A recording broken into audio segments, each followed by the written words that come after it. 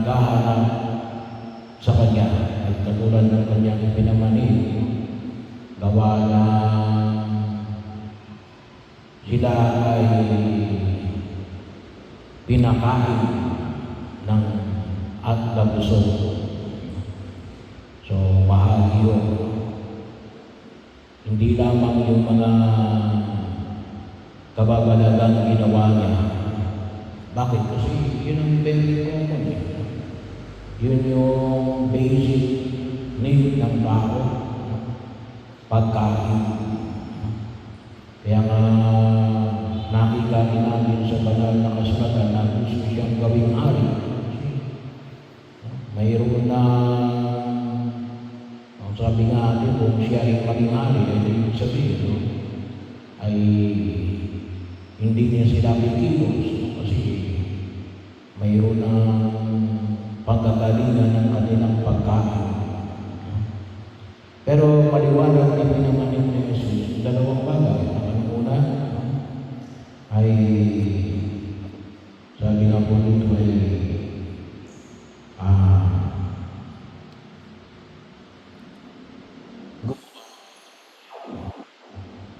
mayroong paggawa.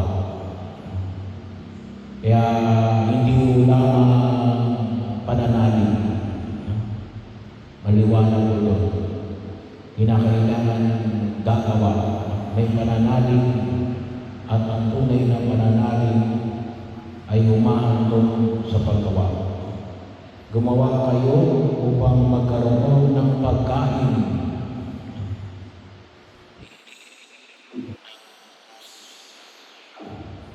At nagbibigay ng buhay na walang hanggan.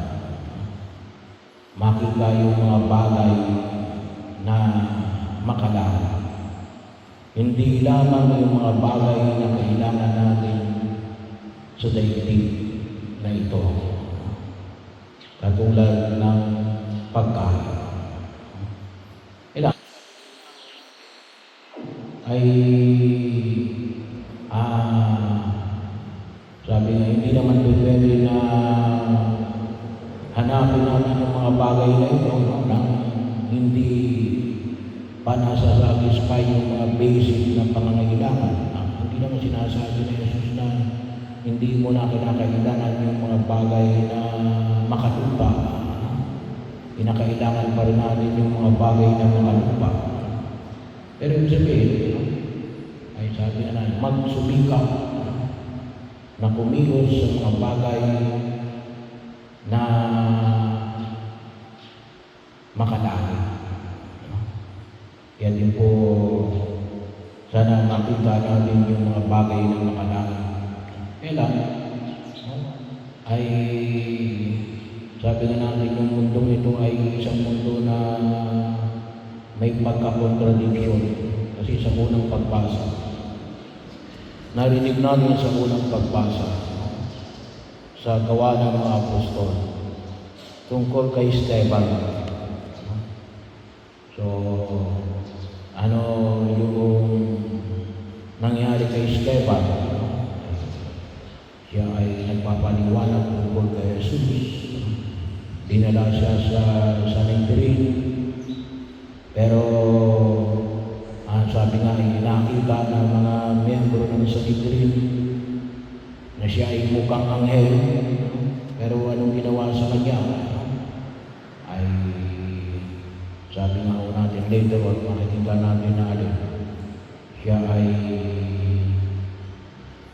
ipapapatay sa pamagitan ng pagbato. So bahagi yun. Pero nakita yung mali. Ito ay mukhang anghel. At yun ay nakita ng mga member ng Sanhedrin.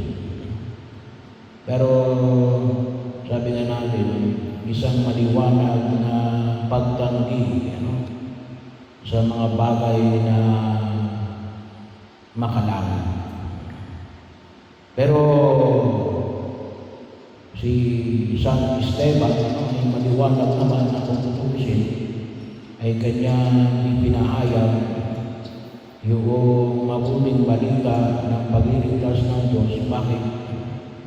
Sapagkat maliwanag sa kanya na alin, na sa Jesus ang buhay at nagbibigay ng buhay na walang hanggan.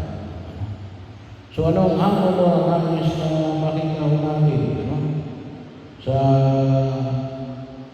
pagbubuo natin sa panawagan ng Purong May Kapal para po sa ating pagninilay ngayon sa araw na ito, ay tulad ng ating patuloy na paanyaya, ay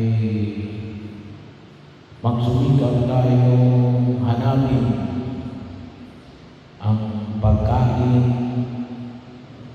na makalangit. So, at sabi nga ho natin, ay isang bahagi ho na ipinagkakaloon sa atin yung pagninilay natin kahapon, na yan ay itinutulot sa mga paanyaya na ipinahayag ni Jesus sa atin sa pamagitan ng banal na kasulatan at sa paghahati-hati ng tinapay. So, nawa ay maging patuloy na hamon natin na sabi nga ho natin, yung pagkilos natin, kung sakaling pamimiliin tayo sa pagkain na nagbibigay ng lakas, yung mga pagkain na makalupa at yung pagkain na makalangit, sana po ay piliin natin yung mga pagkain na makalangit. Lalong-lalo na kung ang pagpili natin sa mga bagay na pagkain na makalupa ay makasisira sa atin sa paghahanap ng mga bagay na makalangit. Katulad po diyan ay yung kasalanan, yung mga bagay na magdudulog sa atin ng kasalanan, kailangan natin yung mga bagay na makalupa. Pero kapag yan ay nagbibigay sa atin ng pagkakataon na hindi natin pinipili ang mga bagay na makalangit kasi nagkakasala tayo, ay sana po ay magkaroon tayo ng lakas na tanggihan ang mga bagay o mga pagkain na makalupa na naglalayo sa atin sa pagkain na makalangit. Kaya sana nga po ay makita natin yung mga pagtugon na iyan sa gawain natin sa pang-araw-araw natin pamumuhay, sapagkat yan po ay sabi nga natin, yung ating pananampalataya ay pamamaraan ng buhay. Kaya anong sabi dito, manalig kayo sa sinugo niya. At ang pagkilos kay Jesus ay pamamaraan ng buhay. Ibig sabihin, pamamaraan ng buhay, isang uri ng pamumuhay, isang estilo ng pamumuhay na alin, pipiliin natin yung mga bagay na makalangit, hindi yung bagay na makalupa na nagbibigay sa atin ng pag-alinlangan sa mga bagay na makalangit. Bahagi mo yun na kung saan ay nawa po. Katulad halimbawa, tayo naman halimbawa, kailangan natin ng kumain, magtrabaho, kumuha ng marangal na trabaho. Hindi trabaho na na nandoloko, na hindi maayos, bahagi yun na kung saan ay makita natin, pulido, na pagsumikapan natin para masabi natin na ito talagang mga bagay na ito ay isang pagkilos na tutusin, ay itong mga bagay na gawain natin, hindi lamang tumutugon sa pangailangan natin sa mga bagay na makamundo. No? Ngunit din sa lahat, tumutugon ito sa mga bagay na makalangit. No?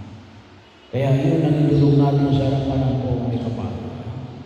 So, hindi lang basta trabaho, marangal na trabaho, makakristyanong trabaho, trabaho na hindi nagdudulot sa atin ng kasalanan, at trabaho na kung saan ay maayos, ay higit na kung saan ay makita na tunay tayong mga alagad ng ating Panginoong Jesucristo, na gumagabay sa ating pang-araw-araw na pamumuhay. Mahirap po yun, no? Kasi sa mundong ginagalawan natin, sabi nga natin, kung minsan nakita natin yung ay magtrabaho. Kaya lang kung minsan hindi nakikita yung makakristyanong pagtrabaho. Yun ang hinahanap ngayon ng pagkilos na kung saan ay sana makaapekto ang ating paniniwala kay Jesus. Kaya yun ang kanyang paanyaya. Gumawa kayo na pagkakataon upang makatanggap kayo ng pagkain na makalangit.